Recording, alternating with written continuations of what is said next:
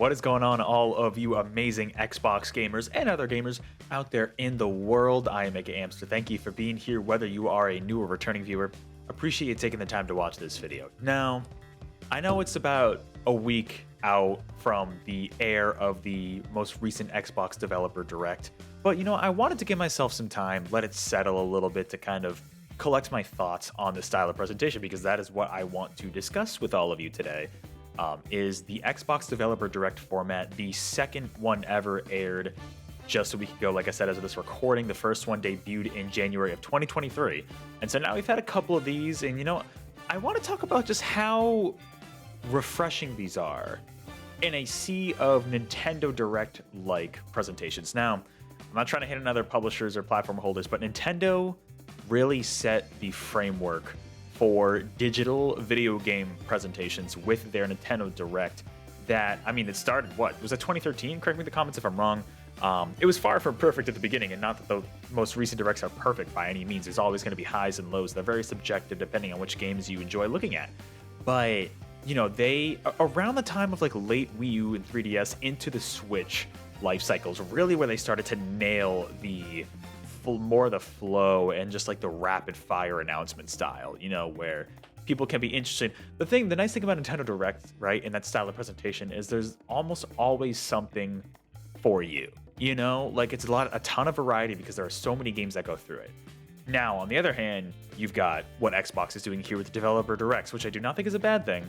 I think they are doing it's a different twist on the video game presentation, because if you look at the length here, 48 minutes, that's like longer than the typical Nintendo Direct, and there were only 5 games discussed here. Excuse me. So inherently you look at 5 games versus maybe 40 or something, right? But it's not a fair comparison, right? These Developer Directs have been more in-depth looks at some of these games coming from Xbox and other third-party studios who are working with Xbox to bring it to their platform, and not to hit on Sony. I'm just not as familiar with Sony, but their state of plays, feel free to correct me in the comments if I'm wrong, very, very seemingly similar to the same style as Nintendo Directs in terms of maybe not as rapid, because Nintendo goes rapid fire with some of those announcements, like the sizzle reels and stuff. Sony doesn't seem to do that as much with their presentations. They seem to be a little less fast-paced, which can be good, a little more focused on specific games, but still that general style. Whereas the Developer Directs are really taking the time not only to highlight very specific games, which are good for setting expectations going into the presentations, but they really do take the time to kind of talk with the people behind the game. And sure, there are probably a bunch of faces of the developers, artists, programmers, etc., who you don't fully see with these presentations. You see kind of like the main people who appear to be the spokespeople for these groups, but you're still getting more of a kind of a feel and description from some of the people working on the game themselves. Now, I find this interesting because it's almost more of it's definitely an in-depth look at some of these games, but you really get the sense of how the people are working on these games and what they like, what they don't like, and stuff like that. Well, not really what they don't like, because it's very, it's a presentation. They want to sell you on the game, right? It's tough because it definitely works for some games more than others. I know I've heard, kind of collecting some opinions that I've seen online about the Developer Direct a week after, is that Avowed in particular, some people really don't seem thrilled about in terms of the presentation. To be honest, I wasn't really either. Some of the combat seemed a little flat, and the story segment, the narrative segment with the characters there seemed really in-depth. I'm sure, I've heard from Obsidian, they're apparently really good at this sort of thing when it comes to character choices and dialogue and narrative-driven experiences along these lines of making your own decisions and how those affect the world around you. So this seems like it's going to be really good.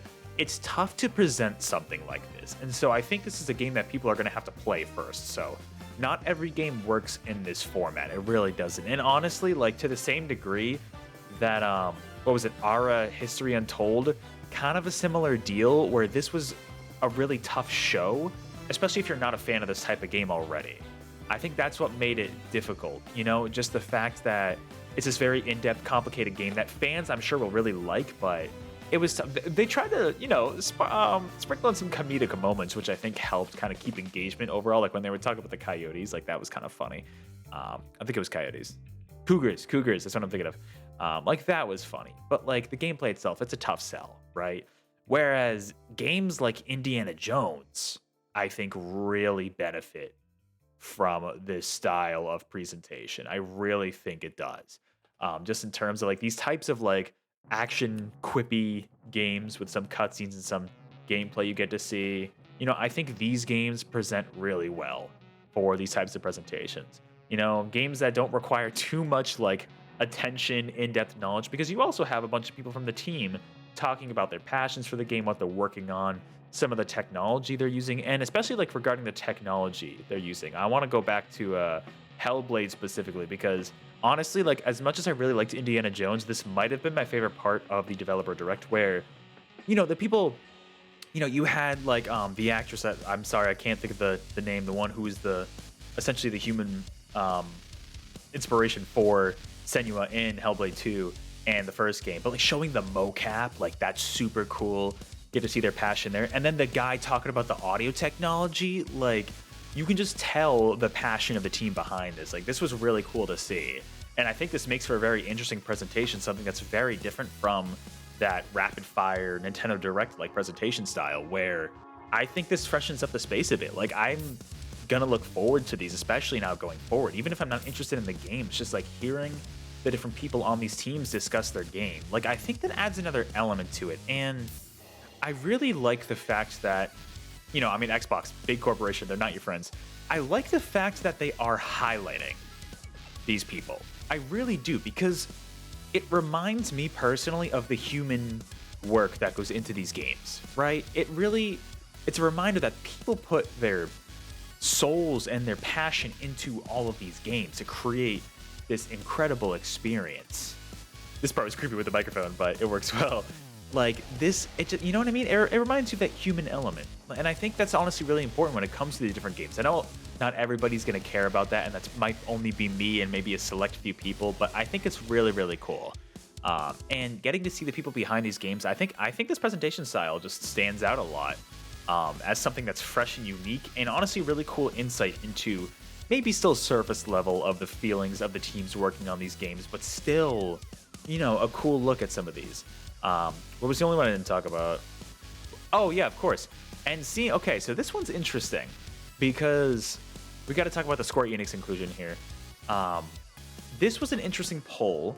I think it definitely added more variety to the presentation. It did feel a little bit out of place, but I think it was Xbox really trying to show the Japanese market that, hey, we're working with companies like Square Enix, other Japanese studios, to bring their games over to our platform. So it was interesting to see that Visions of Mana was getting its first gameplay debut, besides that trailer we got in at the Game Awards, right? Was it the Game Awards this previous year? It was a show that there is variety there. And I don't know if it was successful.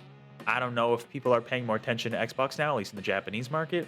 Maybe a little bit. But like it was cool to have that variety there, I think. It did stick out a little bit, but it was cool to get that in-depth look at some of those games, especially because like you don't hear from Square Enix Studios a whole lot. Like maybe from some of the teams like kind of the Octopath team and stuff like that, and maybe like the Final Fantasy VII remake team, right? But like you really don't.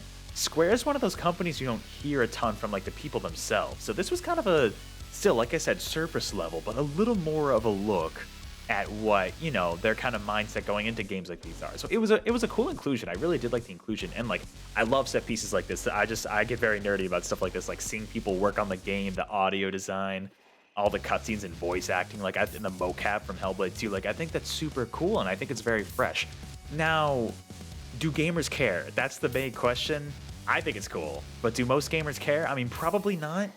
But I still think it's a cool element to highlight is the people, at least some of the people behind these games you love and enjoy, because at the end of the day, there are humans working on these games, So I think it's a cool thing to highlight. And I think, and Xbox definitely has this problem of like trying to stand out, obviously they're going towards that streaming only future, right? They're inevitably going towards that so they can stand out in terms of that business model. But when it comes to game presentations, they've always just kind of trailed behind or like copied other either they've copied like the Nintendo Direct style, which is like, yeah, I mean it's okay, but it's the same style you've seen before, so it kind of just blends into the to the fold, right? Or they've done like those really long, what were they even called? I forget what they were called, but those really, really long showcases that were just almost too much.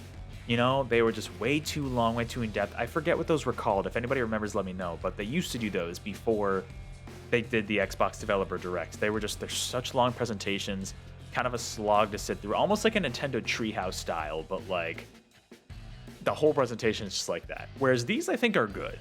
I think, you know, maybe they could shorten them a little bit more, but still the fact that we get to see some of these games more in depth, get some perspective behind some of the people working on these games, and kind of see what they're working on behind the scenes, like the technology, you know, the passion behind these games. I think, honestly, I think that's super cool. And we don't get to see a lot of that when it's just rapid fire announcement one after the other, you know? And like I said, are most gamers going to care?